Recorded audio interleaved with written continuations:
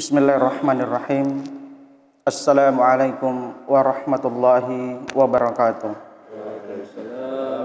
Innal hamdalillah nahmaduhu wa nasta'inuhu wa nastaghfir wa na'udzu billahi min syururi anfusina wa min sayyiati a'malina. May yahdihillahu fala mudhillalah wa may yudlil fala hadiyalah. Asyhadu an la ilaha illallah wahdahu la syarikalah wa asyhadu anna Muhammadan abduhu wa rasul, amma ba'd. Hadirin sidang jamaah yang insyaallah dirahmati Allah Subhanahu wa taala.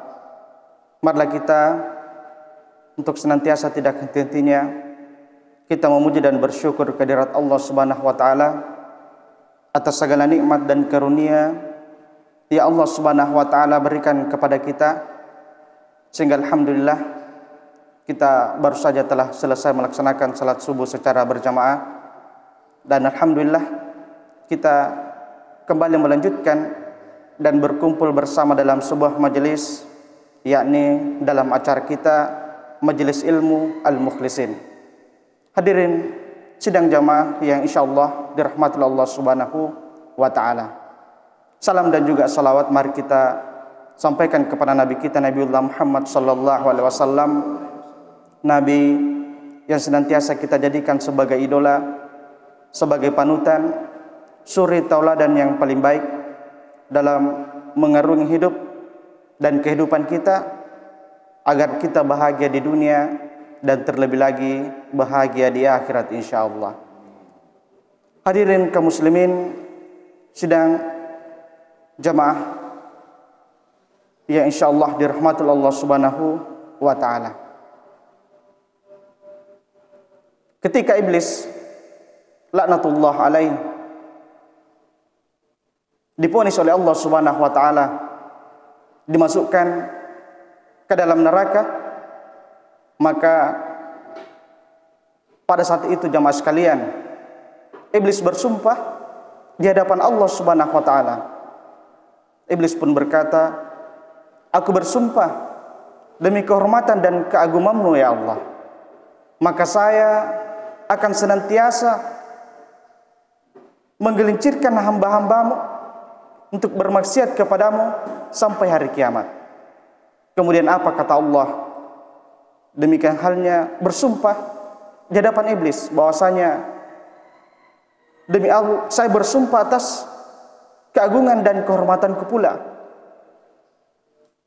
engkau tidak akan bisa menggelincirkan hamba-hambaku yang senantiasa beriman kepadaku.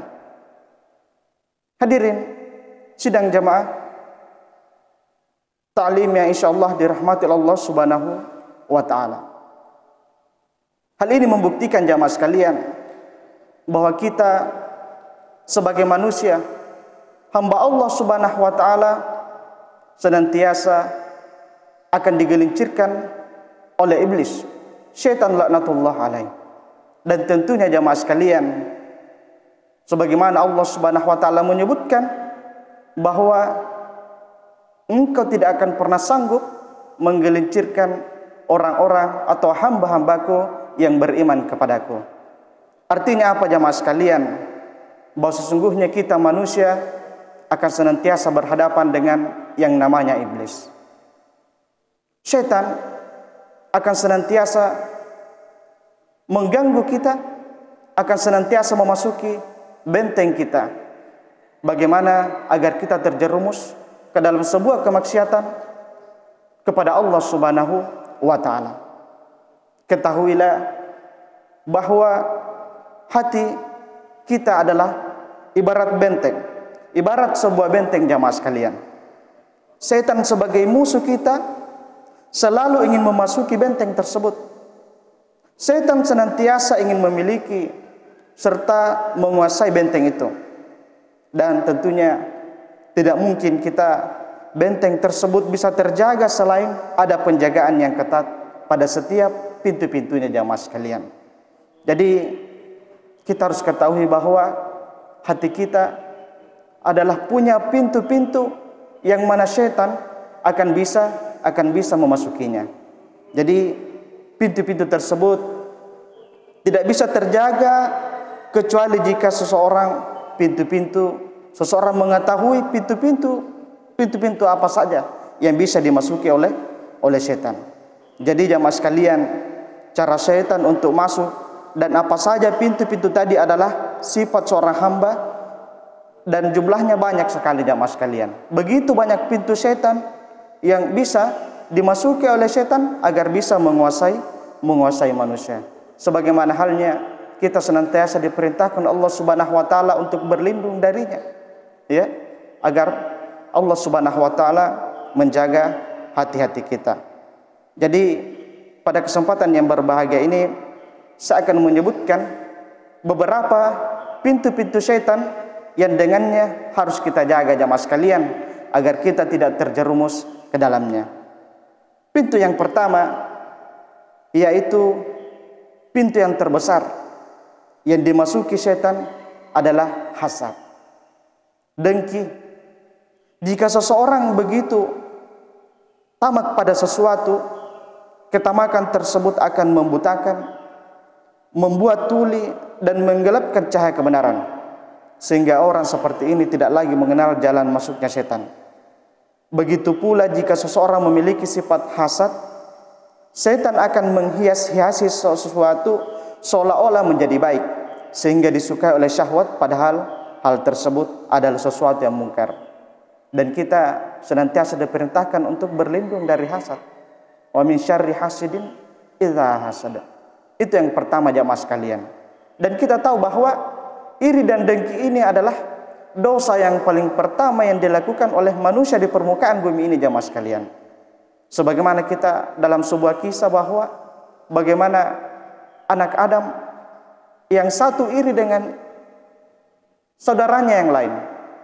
Kemudian jamaah sekalian, iri dan dengki inilah yang pertama kali dosa yang dilakukan oleh syaitan sehingga dilaknat oleh Allah Subhanahu wa taala. Ya.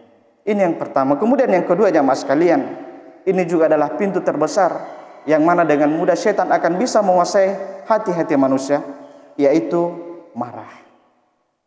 Yaitu marah. Ketahuilah bahwa marah itu dapat merusak akal. Jika akal lemah, pada saat ini tentara setan akan melakukan serangan dan mereka akan menertawakan manusia. Ya, jadi pada saat kita marah, tentunya setan akan tertawa melihat kita dan bahkan dengan mudahnya memasuki hati-hati kita. Ya.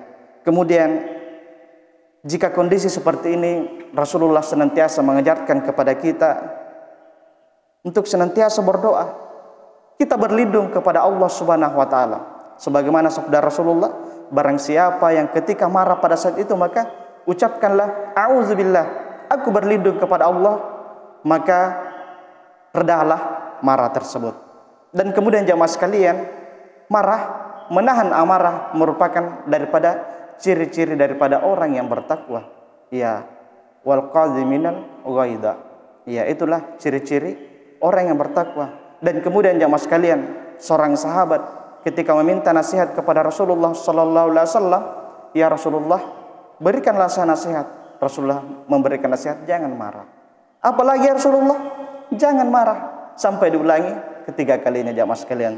Betapa pentingnya bahwa kita tidak diperintahkan untuk marah dan bahkan kita harus menahan amarah tersebut. Kemudian itu yang kedua. Pintu yang ketiga jamaah sekalian, mungkin ya hal ini sering kita lakukan bahkan kita tidak ketahui ternyata ini termasuk pintu-pintu daripada pintu setan, yaitu senantiasa atau suka menghias-hias tempat tinggal, pakaian dan segala perabot yang ada. Orang seperti ini sungguh akan sangat merugi karena umurnya hanya dihabiskan untuk tujuan itu. Jadi banyak di antara kita ternyata tidak sadar, terkadang karena aktivitas atau hal tersebut yang kita lakukan sehingga kita lalai mengingat Allah Subhanahu wa taala dan bahkan kita tidak beribadah kepada Allah Subhanahu wa taala karena melakukan hal-hal yang seperti itu. Jadi setan akan memasuki setiap aktivitas kepada kita yang kita lakukan yang dengannya kita bisa lalai mengingat Allah dan beribadah kepada Allah Subhanahu wa taala. Kemudian jamaah sekalian, pintu yang keempat yaitu adalah kenyang. Ya, Jadi ketika kita kenyang jamaah sekalian, maka ini adalah pintu setan dengan mudah memasuki, menguasai hati-hati kita jamaah sekalian. Jadi keadaan seperti ini, keadaan kenyang ya, akan menguatkan syahwat dan melemahkan untuk melakukan ketaatan kepada Allah Subhanahu wa taala. Kemudian kerugian lainnya yang akan didapatkan di akhirat sebagaimana dalam hadis Rasulullah sallallahu alaihi wasallam, dalam hadis Tirmizi disebutkan bahwa sesungguhnya orang yang lebih sering kenyang di dunia, dialah yang akan sering lapar di akhirat nanti.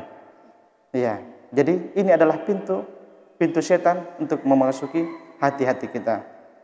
Kemudian pintu yang kelima jamaah sekalian, yaitu tamak kepada orang lain. Jadi tamak maksudnya di sini adalah terlalu memuji seseorang. Bahkan yang lebih parah jamaah sekalian, kita memuji seseorang bahkan keadaan itu tidak ada pada orang tersebut. Ya, sehingga apa jamaah sekalian? Ya, karena kita tamak pada seseorang, kita tidak ya bisa memberikan peringatan kepada orang tersebut ketika dia melakukan kesalahan. Iya, kita tidak bisa memberikan peringatan kepada orang tersebut untuk melakukan sesuatu hal yang diridhai oleh Allah Subhanahu wa taala. Jadi apapun yang dilakukan oleh orang tersebut bahkan salah, kita senantiasa ridho karena kita senantiasa tamak kepada orang tersebut. Artinya kalau bahasa kita adalah menjilat ya.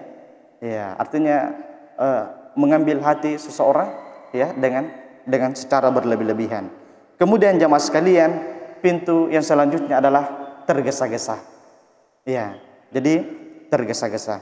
Jadi sifat tergesa-gesa ini atau tidak mau bersabar, tidak mau pelan-pelan, padahal terdapat sebuah hadis dari Anas di mana Rasulullah sallallahu alaihi wasallam bersabda bahwa sifat perlahan-lahan atau sabar melakukan sesuatu itu berasal dari Allah, dan sedangkan sifat atau tergesa-gesa itu berasal dari syaitan. Kemudian jemaah sekalian yang dirahmati Allah Subhanahu wa taala, pintu yang ketujuh adalah cinta harta. Jadi tentunya sifat yang seperti ini akan membuat senantiasa manusia berusaha mencari harta sebagaimanapun caranya, apapun caranya. Iya, menghalalkan segala cara yang penting bisa mendapatkan harta. Sehingga sifat ini akan membuat seseorang menjadi bakhil atau kikir, enggan mengeluarkan apa yang telah didapatkan oleh orang tersebut. Karena kenapa? Dia katakan bahwa harta yang saya dapatkan ini adalah usaha saya sendiri. Ya, sungguh sangat tidak bisa diharapkan jamaah sekalian. Dan ini adalah pintu-pintu setan yang akan dimasuki oleh setan dalam hati-hati manusia. Kemudian kedelapan adalah yaitu mengajak orang supaya ta'assub atau fanatik, ya, fanatik pada mazhab atau golongan tertentu. Tidak mau beramal selain dari yang diajarkan dalam mazhab atau golongannya. Ya, ini juga berbahaya jamaah sekalian. Jadi terkadang ada orang yang karena saking fanatiknya terhadap suatu golongan atau mazhab tertentu, ya, ketika dia mendapat nasihat dari golongan yang lain atau mungkin ustaznya yang lain, dia tidak mau menerima jamaah sekalian. Ya, jadi ini sungguh-sungguh sangat keliru dan ini dimanfaatkan oleh syaitan. Kemudian jamaah sekalian, yang terakhir ya, yang ke-10, jadi yaitu selalu berburuk sangka. Ya, selalu berburuk sangka terhadap kaum muslimin lainnya. Jadi jika seorang selalu berburuk sangka atau berzu'zan pada muslim lainnya, pasti dia akan selalu merendahkan dan selalu merasa lebih baik darinya. Ya, seharusnya seorang mukmin selalu mencari, ya, seharusnya seorang mukmin selalu mencari uzur dari saudaranya. Berbeda dengan orang munafik yang selalu mencari-cari aib orang lain. Jadi jamaah sekalian rahmatullah subhanahu wa ta'ala, ya mungkin sempat viral ya, bagaimana seorang menteri agama ya yang telah menyebutkan bahwa kaum muslimin begini dan begitu jamaah sekalian. Saya kira ini adalah salah satu bagian daripada berburuk sangka. Ya, berburuk sangka terhadap kaum muslimin. Nah, ini adalah pintu-pintu setan yang dengannya setan akan dengan mudah menggelincirkan manusia untuk melakukan hal-hal yang bertentangan dan tidak diridhai Allah Subhanahu wa taala. Jadi jamaah sekalian, tentunya setelah kita mengetahui pintu-pintu setan ini, kita senantiasa berdoa kepada Allah Subhanahu wa taala, mengharap kepada Allah Subhanahu wa taala semoga kita dijauhi dari hal-hal yang seperti ini diberikan taufik oleh Allah Subhanahu wa taala agar menjauhi hal-hal yang seperti ini.